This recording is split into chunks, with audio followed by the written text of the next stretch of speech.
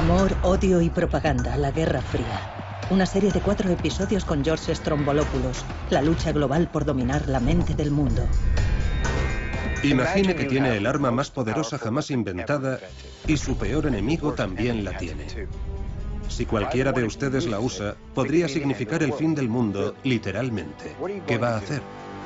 Eso es la Guerra Fría. Estados Unidos y la Unión Soviética quieren eliminarse el uno al otro, pero cada uno tiene que tener cuidado para no destruirse también a sí mismo. Por lo que luchan el uno contra el otro por cualquier medio a su alcance, y la propaganda es el arma más poderosa de todas. Es una competición implacable en todo tipo de campos: deportes, cultura, espacio exterior, incluso en la cocina. Es una guerra global, una lucha por conquistar los corazones de todos los seres humanos del planeta en un tiempo de amor, odio y propaganda.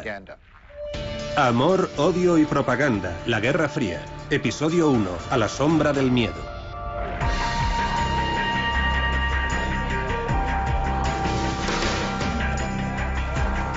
Primavera de 1945. Tras 6 largos años de guerra es hora de una pequeña celebración. Desde el este, el Ejército Rojo Soviético, y desde el oeste, los soldados norteamericanos se reúnen en el centro de Alemania, en el río Elba.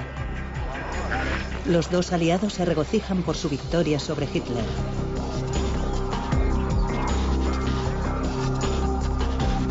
Aunque son extraños, hacen una fiesta como camaradas de armas.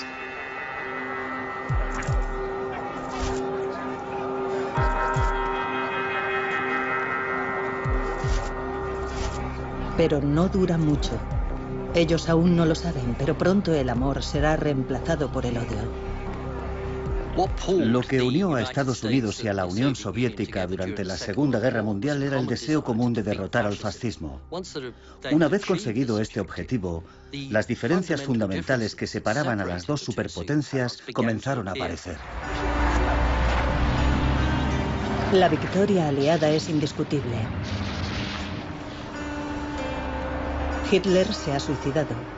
Berlín, la capital del Tercer Reich, ha sido reducida a escombros. Sus ciudadanos están hambrientos y destrozados. El dictador soviético Joseph Stalin ganó a lo grande en la Segunda Guerra Mundial e intentó aprovechar al máximo su victoria, aunque eso significara reescribir la historia. En este documental, Stalin llega a Berlín. Los años de guerra han enseñado al líder soviético que a la hora de la propaganda, la verdad es opcional. Aun cuando Stalin nunca puso un pie en Berlín, hacer que la gente creyera que estuvo allí, en el lugar de la derrota de Hitler, es positivo para su imagen. Producido a petición suya y con guión del mismo Stalin, el documental lo presenta como al único arquitecto de la victoria aliada, un mensaje que se empeña en machacar en casa a la menor oportunidad. ¿Qué hemos ganado con esta guerra? Nuestra victoria es prueba de que el sistema político de los soviets ha triunfado y es fuerte. Stalin supervisa cada detalle de la producción. Él mismo elige al actor Mikhail Gelovani para el papel principal, aunque el actor medía más que el 1,63 m que medía el dictador. Y aunque les parezca una exageración, Stalin insiste en que el actor lo interprete como alguien jovial y afectuoso. ¡Larga vida a Stalin! Y de esta imagen, Stalin construye el culto a su personalidad como héroe de guerra y padrecito del pueblo. Paz y felicidad para todos vosotros, amigos míos. Gracias a toda la maquinaria de la propaganda, Stalin se convierte en el principal arquitecto de la victoria. Se convierte en el liberador de Europa, no en el ocupante, sino en el liberador. Stalin siempre daba la impresión de tenerlo todo bajo control, pero lo cierto es que está preocupado y se siente vulnerable. ¿Por qué? Pues porque los norteamericanos tienen un arma nueva de destrucción masiva muy poderosa y él no.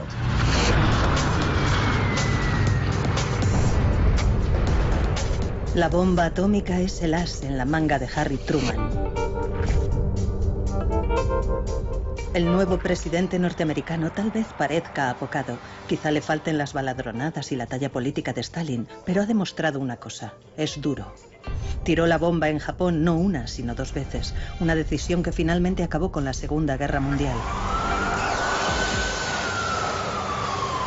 Truman es ahora comandante en jefe del país más poderoso del mundo y a la hora de defender la democracia, nadie lo hace mejor. Un primer estilo de vida se basa en la voluntad de la mayoría. El segundo estilo de vida se basa en la voluntad de una minoría impuesto por la fuerza sobre la mayoría. No hay ninguna duda de que a Harry Truman le faltaba carisma. Parecía ser un líder gris, más bien humilde. Pero sería su posición, en cierto momento conocida como la doctrina Truman, la que de hecho marcaría el tono del futuro de la Guerra Fría. Truman podría parecer aquel pequeño hombre de negocios que fue una vez, pero no se engañen. Este hombre lo dejó muy claro cuando afirmó: puedo enfrentarme a Stalin. El mundo ahora está dividido en dos bloques. La confrontación entre Estados Unidos y la Unión Soviética es una oposición entre dos imperios, dos ideologías, dos visiones del mundo. En un lado, el libre mercado, la democracia, la prensa libre. Y en el otro lado, economías controladas, sin libertades democráticas y regímenes autoritarios. Entre ellos dos se elevaría un verdadero telón de acero.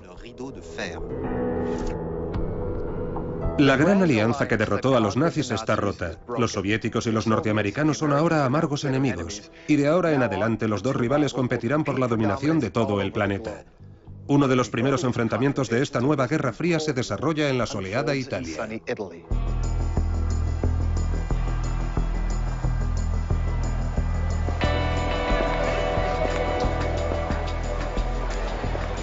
Este joven californiano no tiene ni idea de que está a punto de jugar un papel primordial en esta nueva guerra. Mark Wyatt tiene 27 años. Luchó con los marines en la Segunda Guerra Mundial. Vive en Washington y espera llegar a ser diplomático. Pero un amigo le dirige hacia una nueva profesión. Me dijo: mira, es estupendo si quieres degustar canapés y llevar pantalones de rayas. Pero si quieres hacer algo duro, será mejor que entres en la CIA. En la primavera de 1948, la nueva agencia de inteligencia norteamericana, la CIA, tiene un nuevo agente secreto, Mark Wyatt. Su primer destino, Italia. Su misión, impedir que los comunistas ganen las próximas elecciones nacionales. Su experiencia, bueno, ha visitado Italia antes de la guerra, le gusta el país, además su italiano no es del todo malo.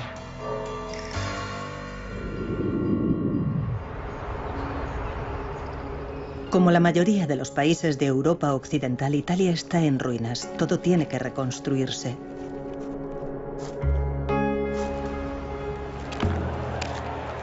Después de años de sometimiento al régimen fascista de Mussolini, ahora el país está en peligro de caer en manos comunistas. El Partido Comunista Italiano emergió de la Segunda Guerra Mundial con una brillante reputación debida principalmente a su resistencia al fascismo. Fue el Partido Comunista Italiano el que hizo renacer la esperanza en el pueblo italiano, haciéndole continuas promesas sobre la reconstrucción del país. Si los comunistas salían elegidos en Italia, otros países con partidos comunistas como Francia podrían seguir sus pasos, por lo que Truman estaba decidido a impedir que Italia cayera en manos de Stalin.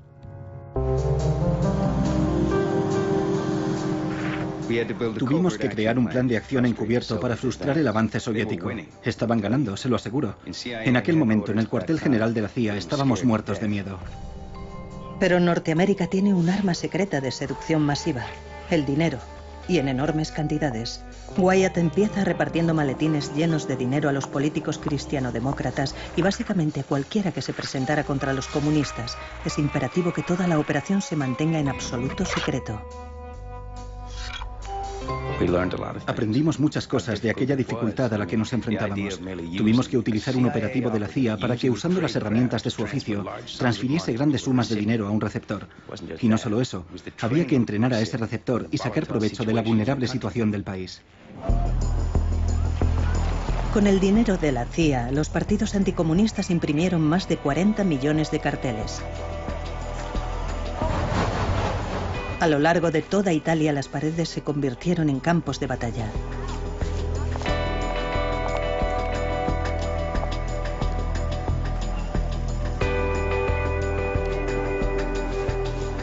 Noche y día, los mensajes de esperanza, miedo, amor, odio competían por el espacio, y aquella propaganda cubrió el país como un chabacano papel pintado urbano. Los comunistas tenían su propia fuente de financiación, Moscú.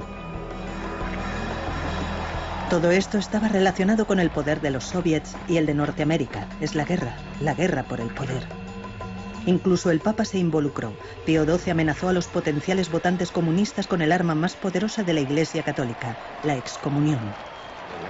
Una victoria comunista era un verdadero peligro para la Iglesia, por lo que todos los sacerdotes, todas las asociaciones católicas se movilizaron en una campaña que parecía una guerra religiosa. De hecho, parecía una iglesia que iba a la guerra. La campaña se extendió más allá de las fronteras italianas. Un periódico italoamericano de Estados Unidos pide a los lectores que envíen cartas a Italia rogando a familiares y amigos que no voten a los comunistas. Os imploramos que no lancéis a nuestra bella Italia a los brazos de ese cruel y déspota comunismo. Tened fe en la probada amistad de Norteamérica. No reneguéis de la ayuda que esta nación continúa enviando. No destruyáis en un día el maravilloso trabajo que ya habéis hecho dirigiendo a Italia hacia su reconstrucción. Por vuestro propio bien y por aquellos que quieren vivir en paz, eliminad la amenaza del comunismo. La Iglesia Católica se percata de la iniciativa y redobla la campaña de propaganda. Los católicos envían 1 millón de cartas a Italia.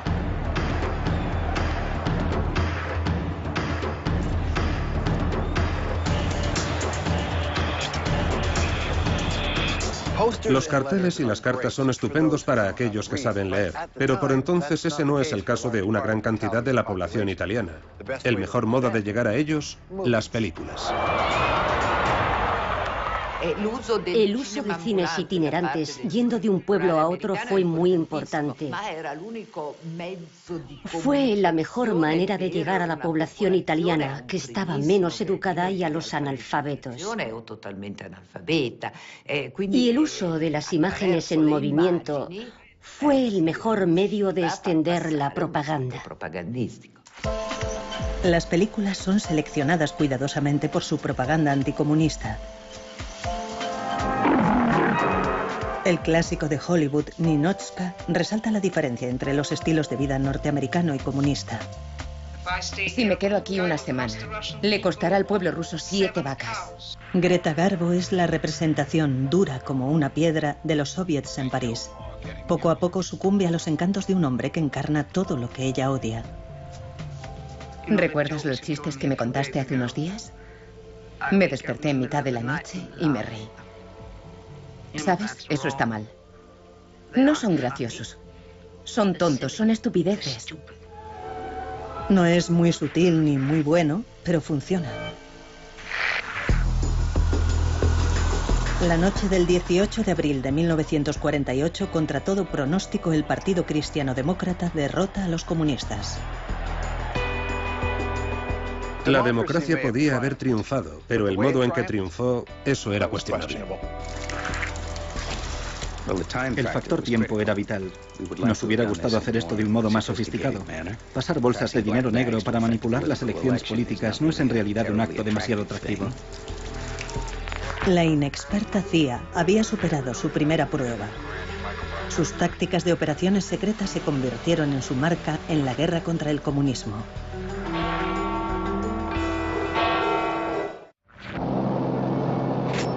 Mientras nos acercábamos a Berlín, habíamos estado entrando y saliendo de algodonosas masas de nubes blancas. De pronto, justo sobre Berlín, todo estaba despejado.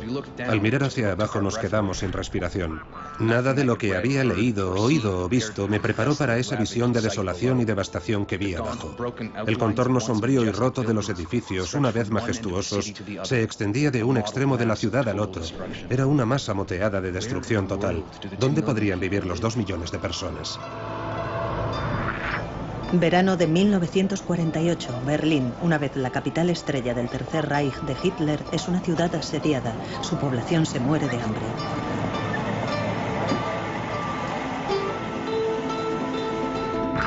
Gail Halvorsen y sus camaradas de armas de las fuerzas aéreas norteamericanas van en una misión: impedir que Berlín caiga en las manos de Stalin. Berlín es una ciudad dividida donde los capitalistas y los comunistas están muy igualados. Está exactamente en medio de Alemania Oriental controlada por los soviets.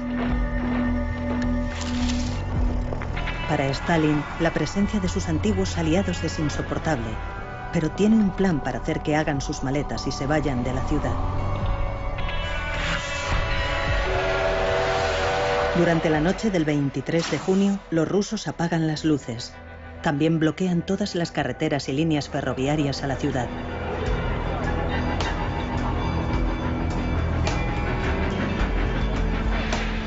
En una noche, más de 2,5 millones de personas se quedan aisladas del resto del mundo como rehenes en Berlín Occidental. Pero si Stalin creía que Truman iba a abandonar Berlín, le esperaba una sorpresa. La respuesta de Harry Truman: nos quedamos en Berlín. Punto.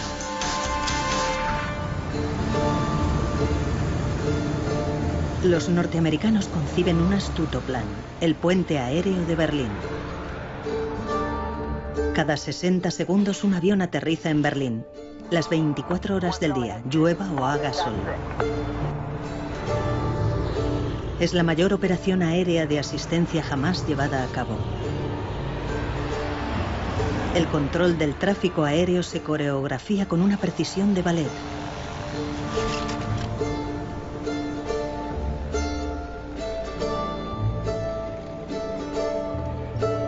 Para que Berlín sobreviva, necesita que lleguen más de 4.500 toneladas de suministros cada día, por lo que llaman a la misión Operación Vituallas.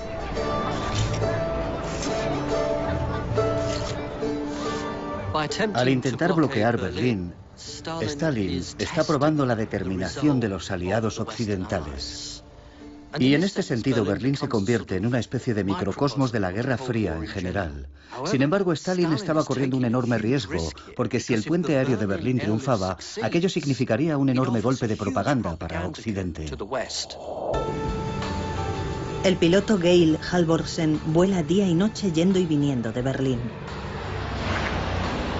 Ese continuo volar, volar y volar, intercalando 6 o 7 horas de sueño, no te dejaba tiempo libre. Al ir pasando los días, comencé a preguntarme cuánto tiempo soportaría Stalin el vapuleo de la prensa mundial que estaba recibiendo por este acto inhumano contra un enemigo vencido. Cada vez que el piloto de 28 años de Salt Lake City, Utah, se bajaba del avión, se sentía conmovido por el número de niños que había alrededor de la pista. Un día, decide saludarlos. Me dirigí a la valla. Instintivamente me llevé la mano al bolsillo. Lo único que tenía eran 2 chicles. Algunos compitieron por una posición mejor para descubrir qué llevaba. En todas mis experiencias, incluyendo las navidades pasadas, nunca había presenciado tal expresión de sorpresa, alegría y puro placer como la que contemplé en los ojos y rostros de esos pequeños. Esa noche, en su habitación, Halvorsen concibe un extravagante plan. Construye unos cuantos paracaídas pequeños a los que ata con cuidado bolsas de caramelos y chocolatinas.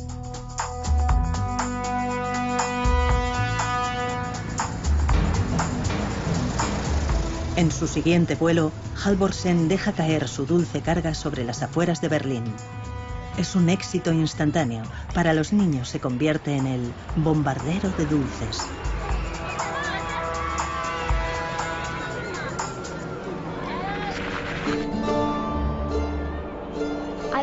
Iba de camino al colegio. De pronto todo el mundo empezó a gritar y a señalar al cielo. Los paracaídas se hicieron cada vez más grandes, hasta que uno aterrizó justo enfrente de nosotros. Todos los niños corrieron a recogerlo, y lo único que me preocupaba era coger algo para mí.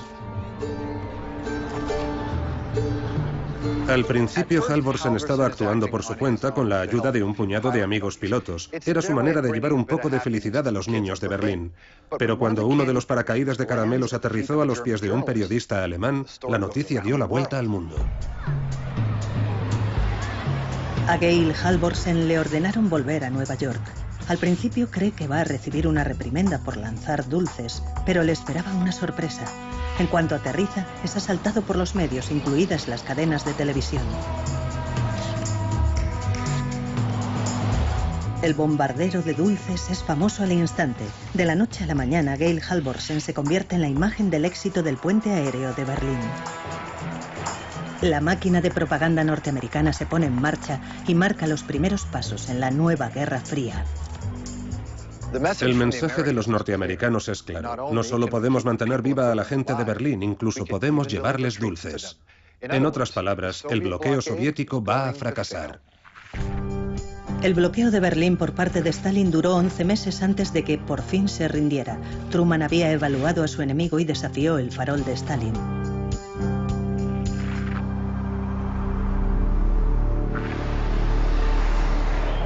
El éxito del puente aéreo fue otra derrota embarazosa para Stalin. Añadida a las desastrosas elecciones italianas, al comunismo no le está yendo muy bien. Para darle un poco de brillo a su propia imagen, Stalin pasa a la ofensiva con una campaña de propaganda. Quiere hacer creer a su pueblo que están viviendo la buena vida. Una venta difícil. La Segunda Guerra Mundial ha dejado a la Unión Soviética hecha un desastre.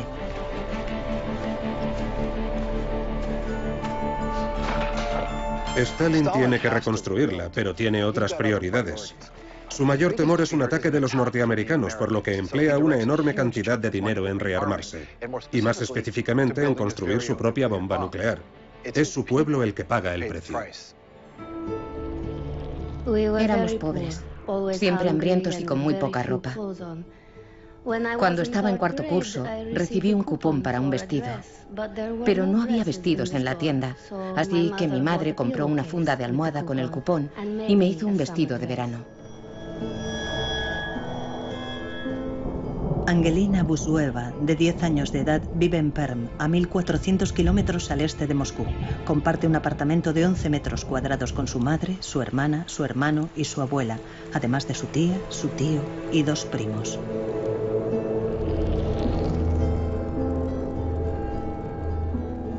El eslogan "Gracias Stalin por nuestra feliz infancia" era una contradicción con la realidad. Yo no era feliz en absoluto. ¿Cómo puedes hablar de felicidad cuando vas pobremente vestida y siempre tienes hambre? Angelina no está sola. En 1946, Stalin recibe más de 500.000 de cartas de quejas de ciudadanos soviéticos. Algunos están muy enfadados, pero sorprendentemente la mayoría continúa adorando a Stalin. No parecen culparle de su miseria. Vivimos pobremente. No recibimos pago por nuestro trabajo en las granjas colectivas. Nuestros hijos están hambrientos. Pero usted no sabe nada de esto. Los únicos que engordan y están calientes son sus burócratas. Tejen historias para contarle, camarada Stalin. Le están engañando y mintiendo. Escribir al partido, escribir al régimen, a Stalin, era algo que se practicaba años antes de la guerra.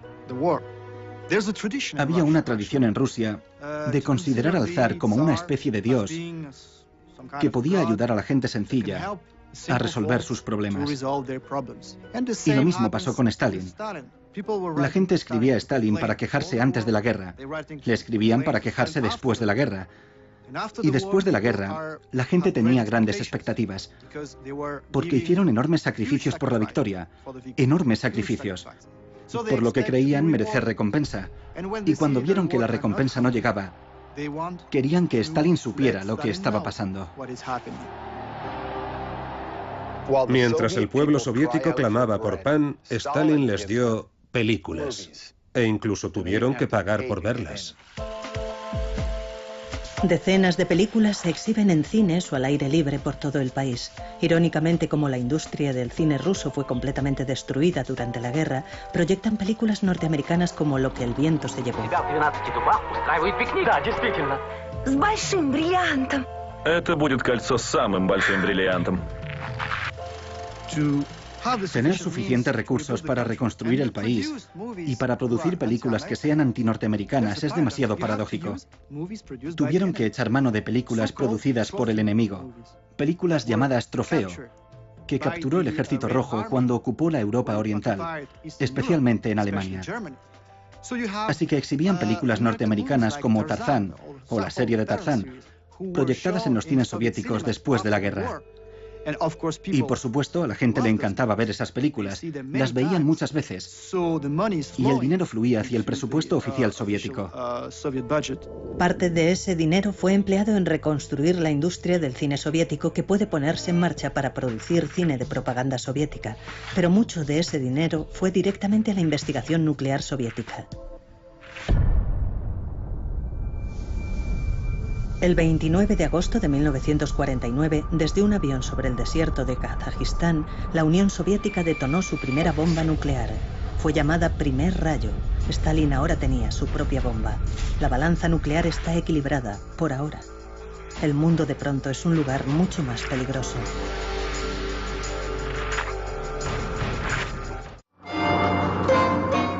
Estados Unidos está floreciendo como nunca hasta entonces. El consumismo es el rey, mientras la prosperidad del país alcanza nuevas cotas. Casas nuevas, coches nuevos, electrodomésticos nuevos. La clase media norteamericana ahora tiene los medios para comprar cualquier cosa que desee. Este es el sueño norteamericano. En 1947, el constructor de inmuebles William Levitt tiene una idea brillante. Quiere crear un nuevo estilo de vida para miles de familias norteamericanas en un entorno protegido. Construye Levittown, la primera urbanización de casas prefabricadas de Norteamérica, completándola con chalés y casas de campo. La idea es que estas zonas residenciales sean la espina dorsal de la nación. Un hombre con su propia casa y su propio jardín no puede ser comunista. Tiene demasiadas cosas que hacer. Al mismo tiempo que miles de familias establecen sus hogares en las urbanizaciones, la televisión está haciendo su debut. Los programas a menudo reflejan la vida en las urbanizaciones, los valores norteamericanos y toda la felicidad que el dinero puede comprar. La televisión se convierte en el medio ideal para difundir propaganda del estilo de vida norteamericano. Papá lo sabe todo. Te extrañamos en la cena, cariño. Siento que trabajaras hasta tan tarde. Parece que todo el mundo en Springfield tenía hoy problemas de seguros. La televisión, probablemente más que ninguna otra cosa, fue responsable de proponer y consolidar en las mentes norteamericanas el ideal de la familia nuclear. Lo que en realidad es un fenómeno excepcional. Pero la televisión también comienza a mostrar contenidos más perturbadores. Imágenes del primer conflicto armado de la Guerra Fría. Corea. Por un lado, Stalin y sus camaradas comunistas quieren tomar el control del país. Por el otro, Estados Unidos quiere detener la propagación del malvado imperio comunista. Norteamérica en este momento estaba librando una guerra en Corea contra el comunismo y por primera vez la televisión estaba llevando este acontecimiento hasta las casas de los norteamericanos ordinarios. Es en este clima de miedo cuando el senador Joseph McCarthy entra en la arena política y explota las oportunidades de la propaganda. El Departamento de Estado está infestado de comunistas. Tengo aquí en mi mano una lista de 205 nombres de miembros del Partido Comunista que le ha sido entregada al secretario de Estado. Con esta declaración, el senador republicano por Wisconsin, de 41 años de edad, está a punto de redoblar el factor del miedo y la paranoia hacia los rojos en Norteamérica. Los estadounidenses sospechan que algunos de sus compatriotas son comunistas y tienen miedo, mucho miedo. ¿Y si hay comunistas en el gobierno, en las universidades, incluso en los colegios? Es este miedo el que desencadena una caza de brujas sin cuartel.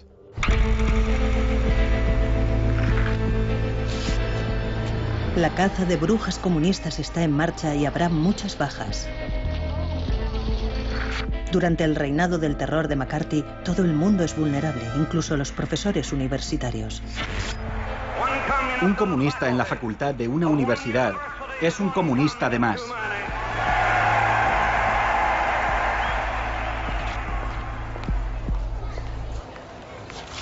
Los poderes establecidos contra mí eran ejercidos por idiotas y la caza de rojos no desafió mis creencias, desafiaba mi libertad. Desafiaba la libertad de todos nosotros.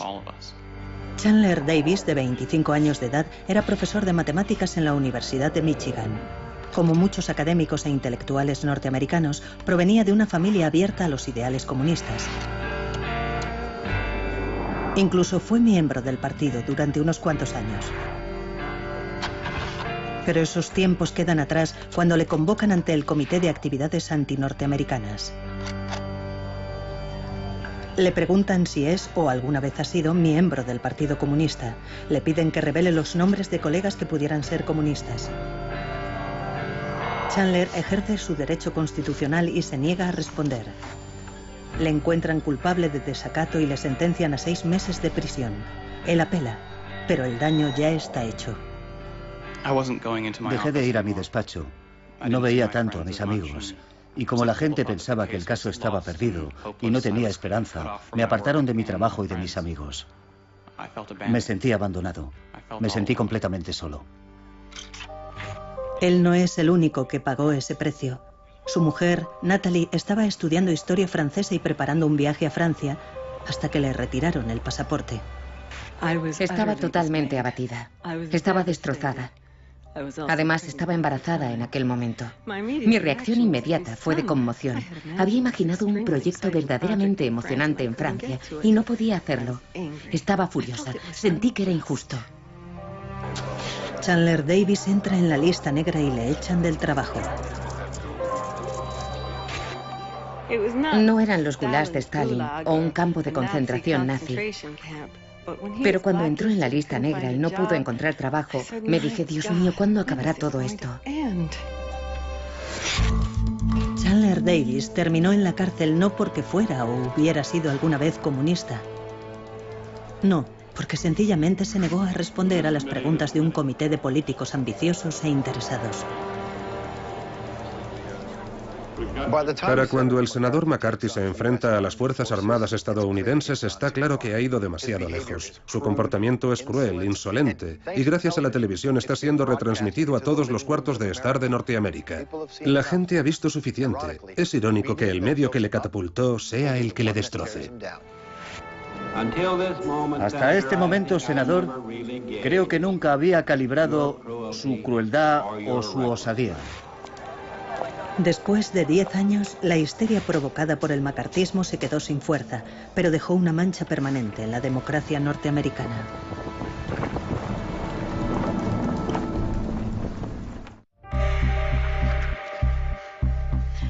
Fuimos acusados 14 cabezas de turco, acusados de todos los pecados y todos los males, víctimas forzadas a expiar, sacrificados en el altar del socialismo.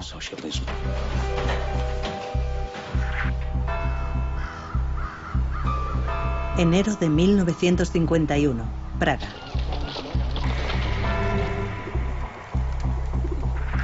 A Arthur London le están siguiendo, y él lo sabe. Mientras sus hijos juegan en el jardín, London sale de la casa familiar con un fuerte presentimiento. Me fui con pesar. La última imagen de mi mujer y mis hijos siempre estará conmigo. El 28 de enero, los peores temores de London se hicieron realidad. No es un arresto, es un secuestro a plena luz del día en un vecindario residencial. 6 hombres armados salieron de 2 coches, me sacaron de mi asiento, me esposaron y me metieron en el primer coche que luego arrancó.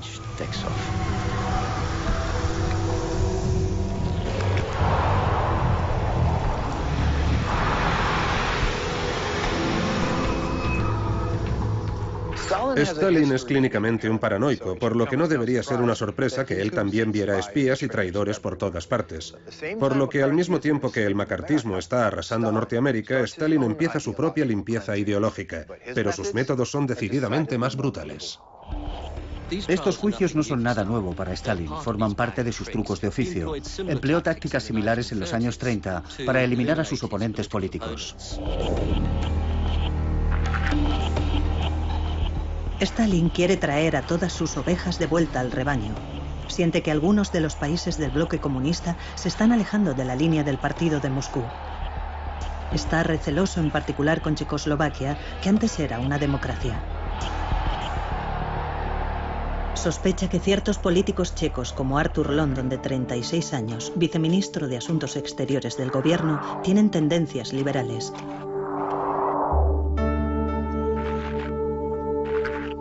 London no está solo.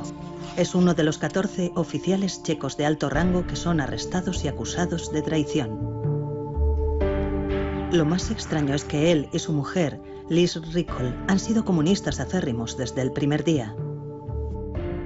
Nací en una familia obrera y desde la infancia había visto a mis padres sacrificarlo todo por nosotros. Mi padre decía que había que luchar para cambiar el mundo. Teníamos una confianza absoluta en el Partido Comunista. Los captores de Arthur London le hicieron pasar los primeros 6 meses en prisión, torturándole y haciéndole pasar hambre. Los oficiales le amenazaban con un juicio secreto tras el que prometían que sería ahorcado.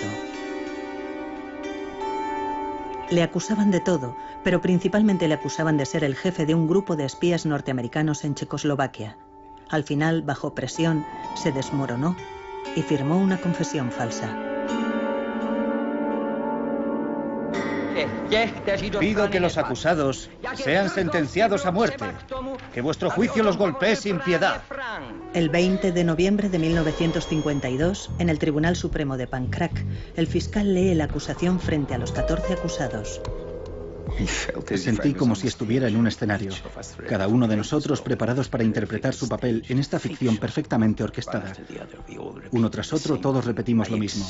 Acepto mi sentencia y renuncio a mi derecho a apelar. Los juicios de Praga fueron en esencia juicios de espectáculo. Fueron planeados de antemano, pero las confesiones al final eran lo más importante. Los ciudadanos tenían que ver que se habían cometido errores, que habían pecado contra el Estado. Y son estas confesiones lo verdaderamente esencial. Aquí es donde estaba el valor de la propaganda. La mayoría de las personas del otro lado del telón de acero no tenían televisión, pero el juicio fue retransmitido por la radio y todo el país estaba escuchando. El mayor juicio espectáculo de la Guerra Fría estaba en marcha. La mujer de Arthur London, Liz, que estaba escuchando el juicio, se queda anonadada por lo que escucha. El montaje es tan perfecto, la propaganda tan bien orquestada que Liz, de hecho, está dividida entre la fe en su marido y la lealtad al Partido Comunista. Fue como si el cielo se me hubiera caído encima.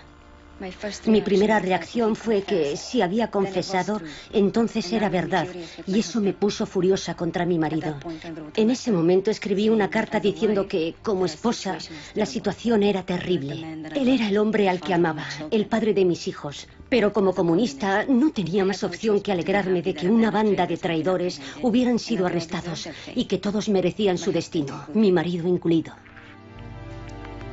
De los 14 acusados, 11 fueron sentenciados a muerte.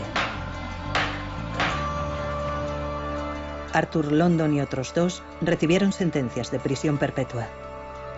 El 3 de diciembre de 1952, los 11 traidores a la causa comunista son ahorcados en la prisión de Pankrak, en Praga.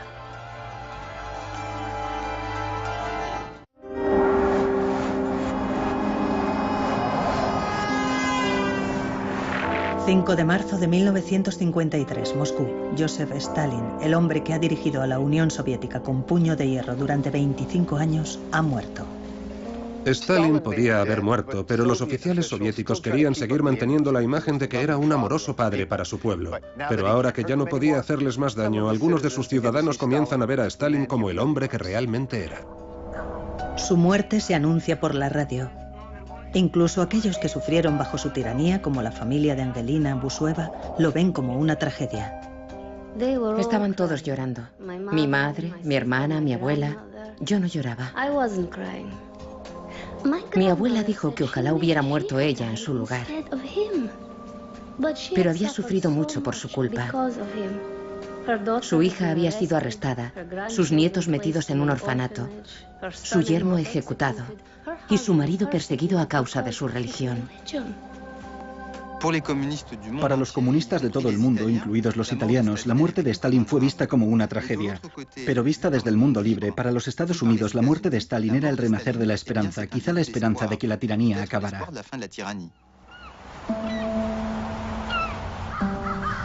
Tras la muerte de Stalin, mejoraron las condiciones de la detención de Arthur London, aun cuando seguía condenado a cadena perpetua. Su mujer Liz le visita regularmente y cada vez que va le lleva tabaco y papel para cigarrillos. En su celda, Arthur London usa el papel para escribir la historia de lo que le ha pasado. Oculta estas páginas en miniatura en el falso fondo de su caja de tabaco. Cada vez que Liz le visita, se las entrega. Poco a poco, papel a papel, Liz London descubre la verdad, pero tarda un año en saber la historia completa.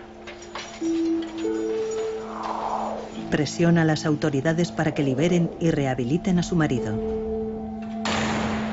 En febrero de 1956 se presenta en la prisión. Me llevaron a un despacho de la prisión y tras unos minutos se abrió la puerta. Arthur me vio y yo grité: "Eres libre, eres libre".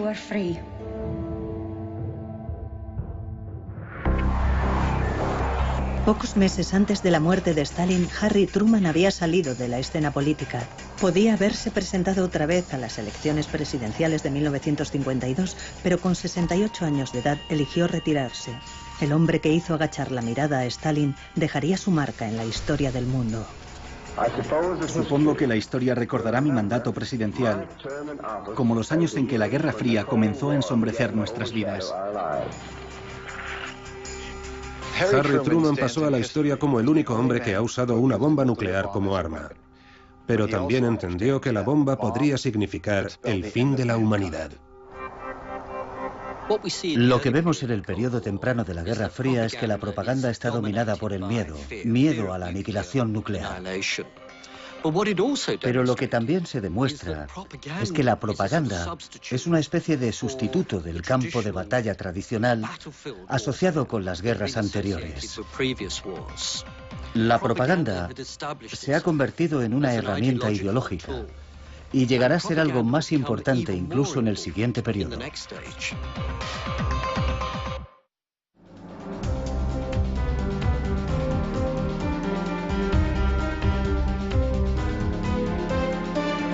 Democráticas y regímenes autoritarios.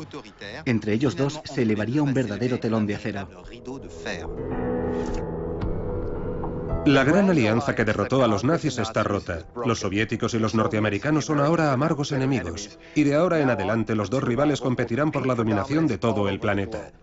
Uno de los primeros enfrentamientos de esta nueva Guerra Fría se desarrolla en la soleada Italia.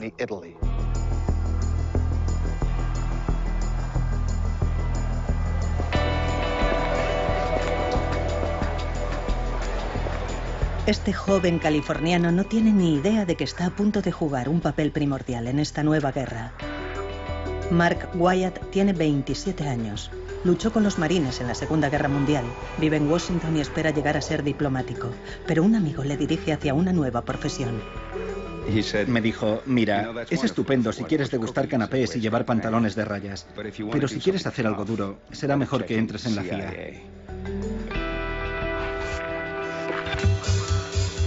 En la primavera de 1948, la nueva agencia de inteligencia norteamericana, la CIA, tiene un nuevo agente secreto, Mark Wyatt. Su primer destino, Italia. Su misión, impedir que los comunistas ganen las próximas elecciones nacionales. Su experiencia, bueno, ha visitado Italia antes de la guerra, le gusta el país, además su italiano no es del todo malo.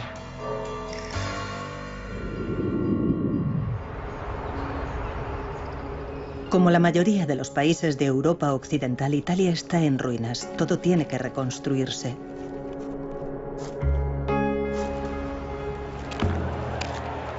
Después de años de sometimiento al régimen fascista de Mussolini, ahora el país está en peligro de caer en manos comunistas.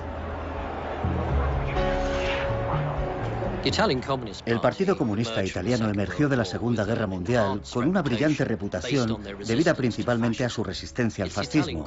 Fue el Partido Comunista Italiano el que hizo renacer la esperanza en el pueblo italiano, haciéndole continuas promesas sobre la reconstrucción del país. Si los comunistas salían elegidos en Italia, otros países con partidos comunistas como Francia podrían seguir sus pasos, por lo que Truman estaba decidido a impedir que Italia cayera en manos de Stalin.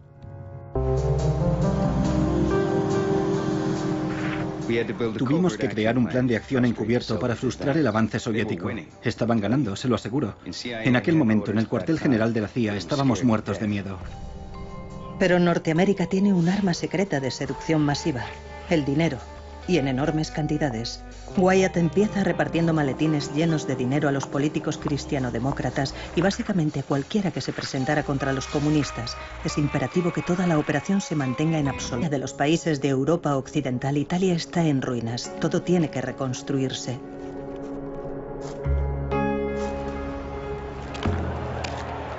Después de años de sometimiento al régimen fascista de Mussolini, ahora el país está en peligro de caer en manos comunistas.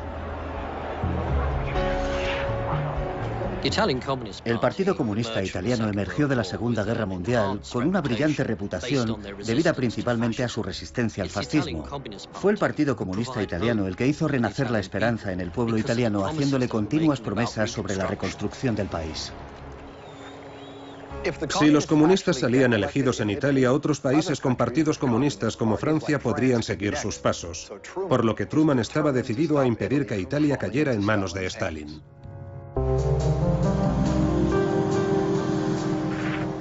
Tuvimos que crear un plan de acción encubierto para frustrar el avance soviético. Estaban ganando, se lo aseguro. En aquel momento, en el cuartel general de la CIA, estábamos muertos de miedo. Pero Norteamérica tiene un arma secreta de seducción masiva: el dinero, y en enormes cantidades. Wyatt empieza repartiendo maletines llenos de dinero a los políticos cristianodemócratas y básicamente a cualquiera que se presentara contra los comunistas. Es imperativo que toda la operación se mantenga en absoluto secreto. Aprendimos muchas cosas de aquella dificultad a la que nos enfrentábamos. Tuvimos que utilizar un operativo de la CIA para que, usando las herramientas de su oficio, transfiriese grandes sumas de dinero a un receptor. Y no solo eso, había que entrenar a ese receptor y sacar provecho de la vulnerable situación del país. Con el dinero de la CIA, los partidos anticomunistas imprimieron más de 40 millones de carteles. A lo largo de toda Italia, las paredes se convirtieron en campos de batalla.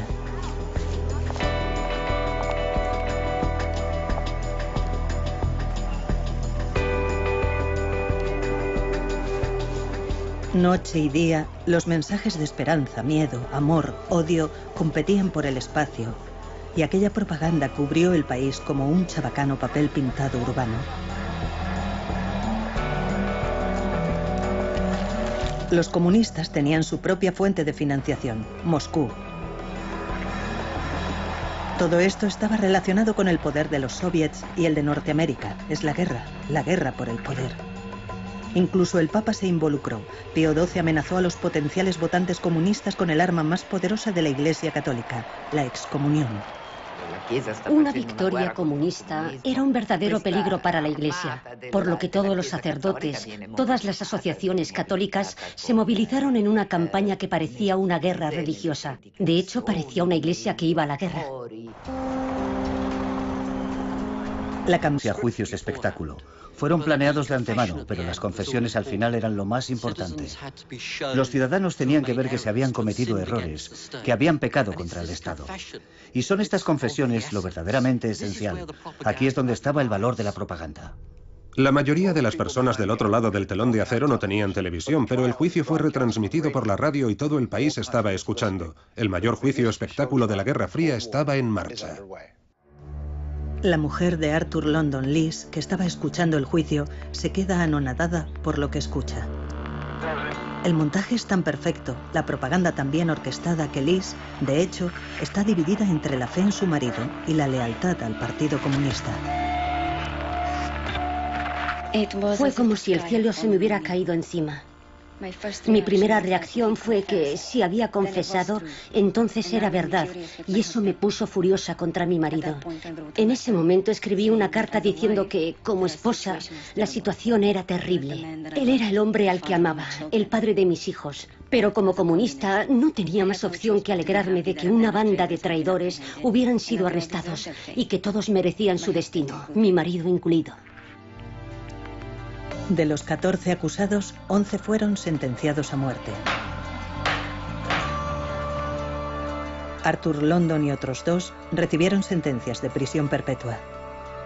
El 3 de diciembre de 1952, los 11 traidores a la causa comunista son ahorcados en la prisión de Pankráck, en Praga.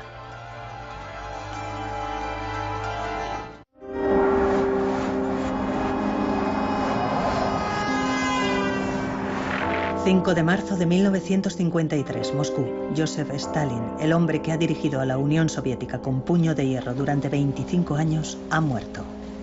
Stalin podía haber muerto, pero los oficiales soviéticos querían seguir manteniendo la imagen de que era un amoroso padre para su pueblo. Pero ahora que ya no podía hacerles más daño, algunos de sus ciudadanos comienzan a ver a Stalin como el hombre que realmente era. Su muerte se anuncia por la radio. Incluso aquellos que sufrieron bajo su tiranía, como la familia de Angelina Busueva, lo ven como una tragedia. Estaban todos llorando. Mi madre, mi hermana, mi abuela. Yo no lloraba. Mi abuela dijo que ojalá hubiera muerto ella en su lugar. Pero había sufrido mucho por su culpa. Su hija había sido arrestada, sus nietos metidos en un orfanato, su yerno ejecutado y su marido perseguido a causa de su religión. Para los comunistas de todo el mundo, incluidos los italianos, la muerte de Stalin fue vista como una tragedia.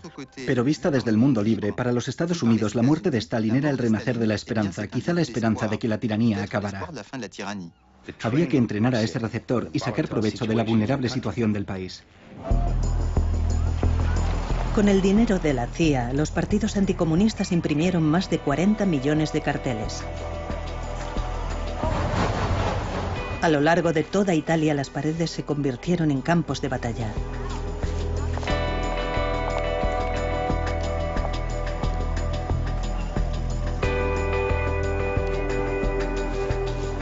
Noche y día, los mensajes de esperanza, miedo, amor, odio competían por el espacio, y aquella propaganda cubrió el país como un chabacano papel pintado urbano. Los comunistas tenían su propia fuente de financiación, Moscú. Todo esto estaba relacionado con el poder de los soviets y el de Norteamérica. Es la guerra por el poder. Incluso el Papa se involucró. Pío XII amenazó a los potenciales votantes comunistas con el arma más poderosa de la Iglesia Católica, la excomunión. Una victoria comunista era un verdadero peligro para la Iglesia, por lo que todos los sacerdotes, todas las asociaciones católicas se movilizaron en una campaña que parecía una guerra religiosa. De hecho, parecía una iglesia que iba a la guerra. La campaña se extendió más allá de las fronteras italianas. Un periódico italoamericano de Estados Unidos pide a los lectores que envíen cartas a Italia rogando a familiares y amigos que no voten a los comunistas. Os imploramos que no lancéis a nuestra bella Italia a los brazos de ese cruel y déspota comunismo. Tened fe en la probada amistad de Norteamérica. No reneguéis de la ayuda que esta nación continúa enviando. No destruyáis en un día el maravilloso trabajo que ya habéis hecho dirigiendo a Italia hacia su reconstrucción. Por vuestro propio bien y por aquellos que quieren vivir en paz, eliminad la amenaza del comunismo. La Iglesia Católica se percata de la iniciativa y redobla la campaña de propaganda. Los católicos envían 1 millón de cartas a Italia.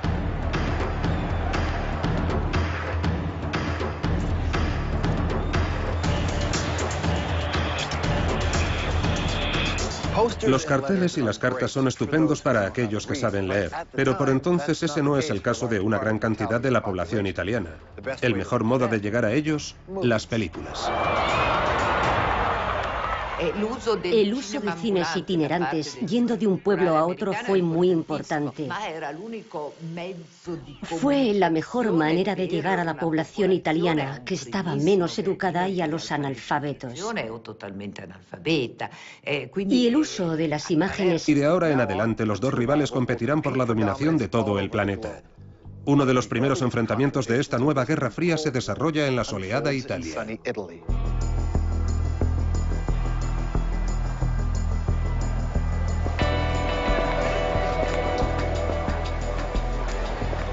Este joven californiano no tiene ni idea de que está a punto de jugar un papel primordial en esta nueva guerra. Mark Wyatt tiene 27 años. Luchó con los marines en la Segunda Guerra Mundial. Vive en Washington y espera llegar a ser diplomático. Pero un amigo le dirige hacia una nueva profesión. Me dijo, mira, es estupendo si quieres degustar canapés y llevar pantalones de rayas. Pero si quieres hacer algo duro, será mejor que entres en la CIA. En la primavera de 1948, la nueva agencia de inteligencia norteamericana, la CIA, tiene un nuevo agente secreto, Mark Wyatt. Su primer destino, Italia. Su misión, impedir que los comunistas ganen las próximas elecciones nacionales. Su experiencia, bueno, ha visitado Italia antes de la guerra, le gusta el país, además su italiano no es del todo malo.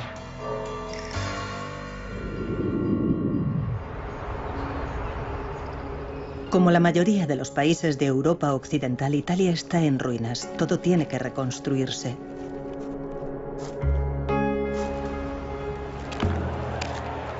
Después de años de sometimiento al régimen fascista de Mussolini, ahora el país está en peligro de caer en manos comunistas. El Partido Comunista Italiano emergió de la Segunda Guerra Mundial con una brillante reputación debida principalmente a su resistencia al fascismo. Fue el Partido Comunista Italiano el que hizo renacer la esperanza en el pueblo italiano, haciéndole continuas promesas sobre la reconstrucción del país. Si los comunistas salían elegidos en Italia, otros países con partidos comunistas como Francia podrían seguir sus pasos, por lo que Truman estaba decidido a impedir que Italia cayera en manos de Stalin.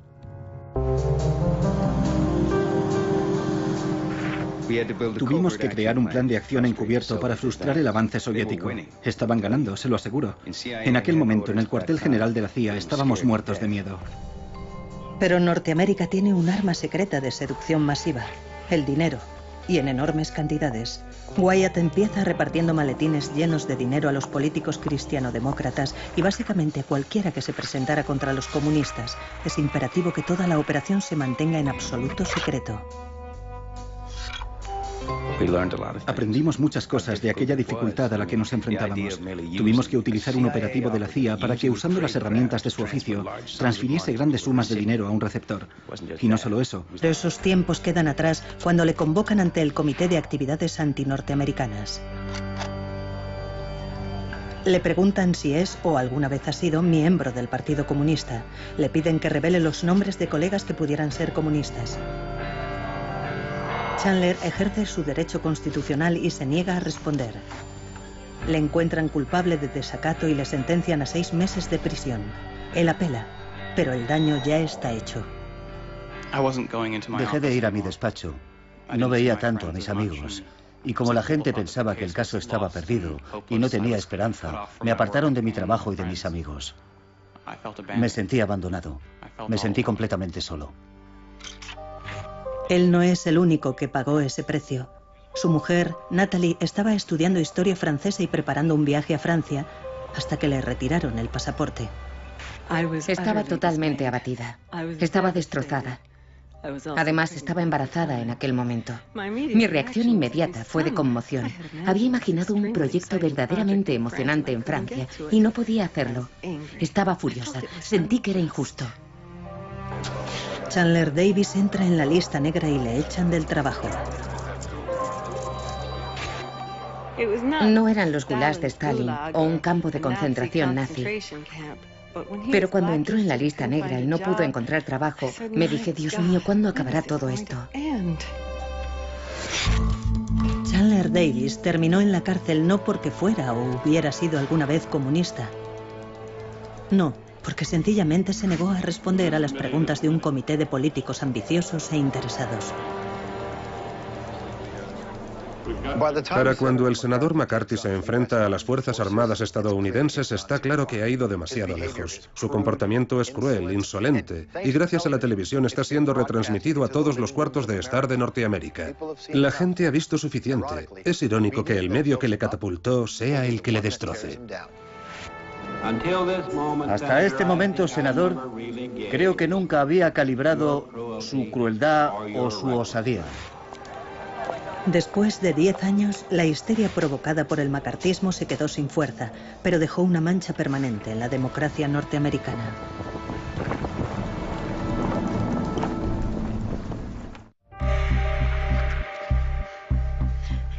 Fuimos acusados 14 cabezas de turco, acusados de todos los pecados y todos los males, víctimas forzadas a expiar, sacrificados en el altar del socialismo.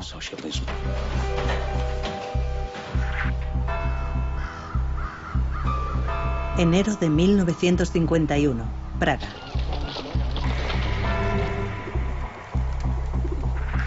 A Arthur London debida principalmente a su resistencia al fascismo. Fue el Partido Comunista Italiano el que hizo renacer la esperanza en el pueblo italiano, haciéndole continuas promesas sobre la reconstrucción del país. Si los comunistas salían elegidos en Italia, otros países con partidos comunistas como Francia podrían seguir sus pasos, por lo que Truman estaba decidido a impedir que Italia cayera en manos de Stalin.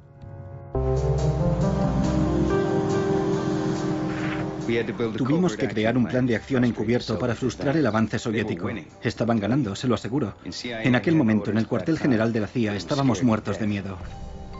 Pero Norteamérica tiene un arma secreta de seducción masiva: el dinero, y en enormes cantidades. Wyatt empieza repartiendo maletines llenos de dinero a los políticos cristianodemócratas y básicamente a cualquiera que se presentara contra los comunistas. Es imperativo que toda la operación se mantenga en absoluto secreto.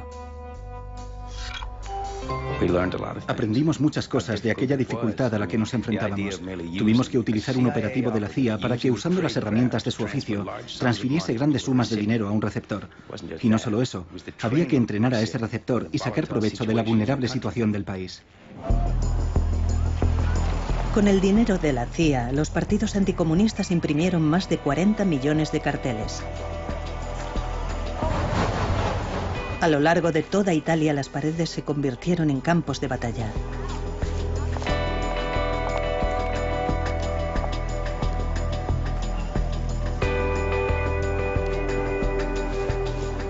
Noche y día, los mensajes de esperanza, miedo, amor, odio competían por el espacio, y aquella propaganda cubrió el país como un chabacano papel pintado urbano. Los comunistas tenían su propia fuente de financiación, Moscú. Todo esto estaba relacionado con el poder de los soviets y el de Norteamérica. Es la guerra por el poder. Incluso el Papa se involucró. Pío XII amenazó a los potenciales votantes comunistas con el arma más poderosa de la Iglesia Católica, la excomunión. Una victoria comunista era un verdadero peligro para la Iglesia, por lo que todos los sacerdotes, todas las asociaciones católicas se movilizaron en una campaña que parecía una guerra religiosa. De hecho, parecía una iglesia que iba a la guerra. La campaña se extendió más allá de las fronteras italianas. Un periódico italoamericano de Estados Unidos pide a los lectores que envíen cartas a Italia rogando a familiares y amigos que no voten a los comunistas. Os imploramos que no lancéis a nuestra bella Italia a los brazos de este cruel y déspota comunismo.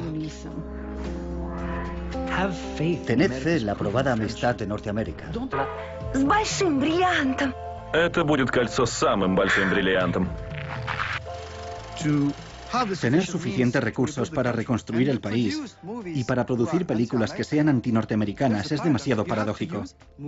Tuvieron que echar mano de películas producidas por el enemigo, películas llamadas Trofeo, que capturó el Ejército Rojo cuando ocupó la Europa Oriental, especialmente en Alemania. Así que exhibían películas norteamericanas como Tarzán o la serie de Tarzán, proyectadas en los cines soviéticos después de la guerra. Y por supuesto, a la gente le encantaba ver esas películas, las veían muchas veces, y el dinero fluía hacia el presupuesto oficial soviético. Parte de ese dinero fue empleado en reconstruir la industria del cine soviético, que puede ponerse en marcha para producir cine de propaganda soviética, pero mucho de ese dinero fue directamente a la investigación nuclear soviética. El 29 de agosto de 1949, desde un avión sobre el desierto de Kazajistán, la Unión Soviética detonó su primera bomba nuclear. Fue llamada Primer Rayo. Stalin ahora tenía su propia bomba. La balanza nuclear está equilibrada, por ahora. El mundo de pronto es un lugar mucho más peligroso.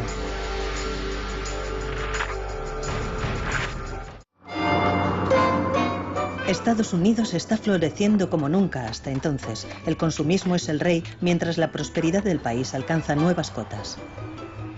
Casas nuevas, coches nuevos, electrodomésticos nuevos. La clase media norteamericana ahora tiene los medios para comprar cualquier cosa que desee. Este es el sueño norteamericano.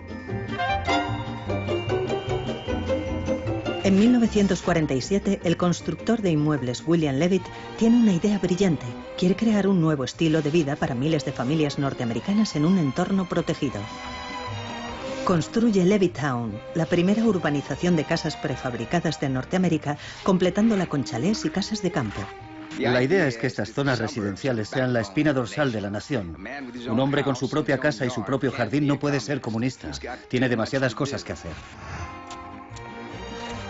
Al mismo tiempo que miles de familias establecen sus hogares en las urbanizaciones, la televisión está haciendo su debut. Los programas a menudo reflejan la vida en las urbanizaciones, los valores norteamericanos y toda la felicidad que el dinero puede comprar. La televisión se convierte en el medio ideal para difundir propaganda del estilo de vida norteamericano. Papá lo sabe todo. Te extrañamos en la cena, cariño. Siento que trabajaras hasta tan tarde. Parece que todo el mundo en Springfield tenía hoy problemas de seguros.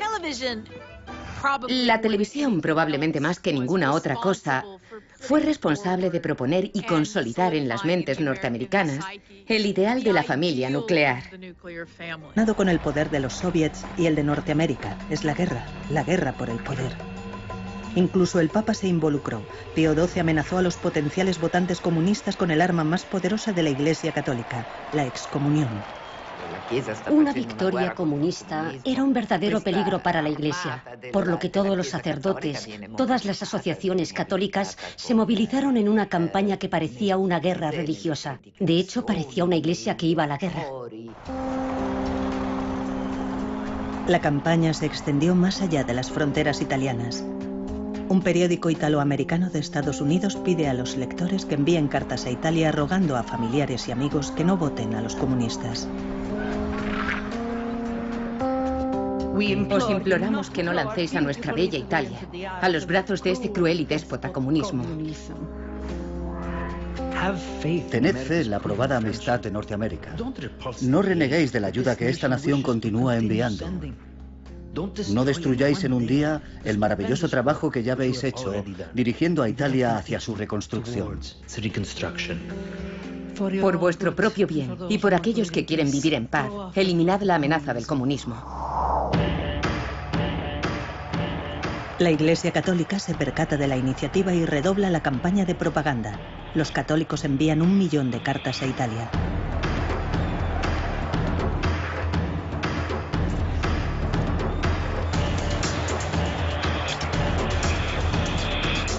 Los carteles y las cartas son estupendos para aquellos que saben leer, pero por entonces ese no es el caso de una gran cantidad de la población italiana. El mejor modo de llegar a ellos, las películas. El uso de cines itinerantes yendo de un pueblo a otro fue muy importante. Fue la mejor manera de llegar a la población italiana, que estaba menos educada, y a los analfabetos. Y el uso de las imágenes en movimiento fue el mejor medio de extender la propaganda. Las películas son seleccionadas cuidadosamente por su propaganda anticomunista. El clásico de Hollywood, Ninotchka, resalta la diferencia entre los estilos de vida norteamericano y comunista.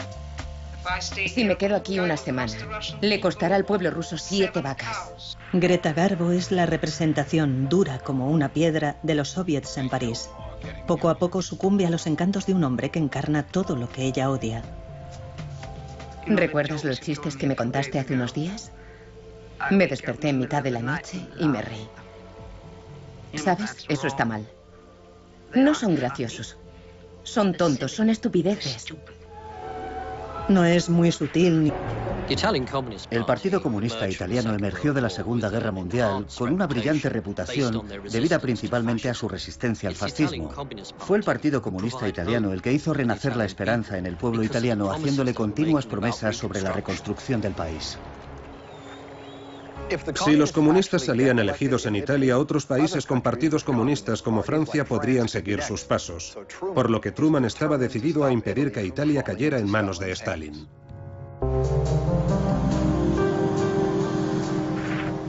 Tuvimos que crear un plan de acción encubierto para frustrar el avance soviético.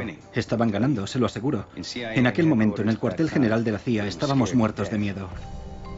Pero Norteamérica tiene un arma secreta de seducción masiva: el dinero, y en enormes cantidades. Wyatt empieza repartiendo maletines llenos de dinero a los políticos cristianodemócratas y básicamente a cualquiera que se presentara contra los comunistas. Es imperativo que toda la operación se mantenga en absoluto secreto. Aprendimos muchas cosas de aquella dificultad a la que nos enfrentábamos. Tuvimos que utilizar un operativo de la CIA para que, usando las herramientas de su oficio, transfiriese grandes sumas de dinero a un receptor. Y no solo eso, había que entrenar a ese receptor y sacar provecho de la vulnerable situación del país. Con el dinero de la CIA, los partidos anticomunistas imprimieron más de 40 millones de carteles. A lo largo de toda Italia, las paredes se convirtieron en campos de batalla.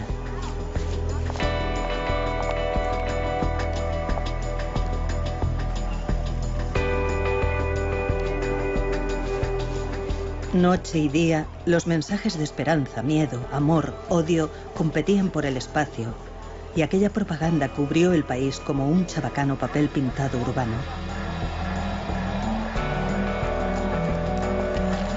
Los comunistas tenían su propia fuente de financiación: Moscú. Todo esto estaba relacionado con el poder de los soviets y el de Norteamérica. Es la guerra por el poder. Incluso el Papa se involucró. Pío XII amenazó a los potenciales votantes comunistas con el arma más poderosa de la Iglesia Católica: la excomunión. Una victoria comunista era un verdadero peligro para la Iglesia, por lo que todos los sacerdotes, todas las asociaciones católicas se movilizaron en una campaña que parecía una guerra religiosa. De hecho, parecía una iglesia que iba a la guerra. La campaña se extendió más allá de las fronteras italianas. Un periódico italoamericano de Estados Unidos pide a los lectores que envíen cartas a Italia rogando a familiares y amigos que no voten a los comunistas. Os imploramos que no lancéis a nuestra bella Italia a los brazos de ese cruel y déspota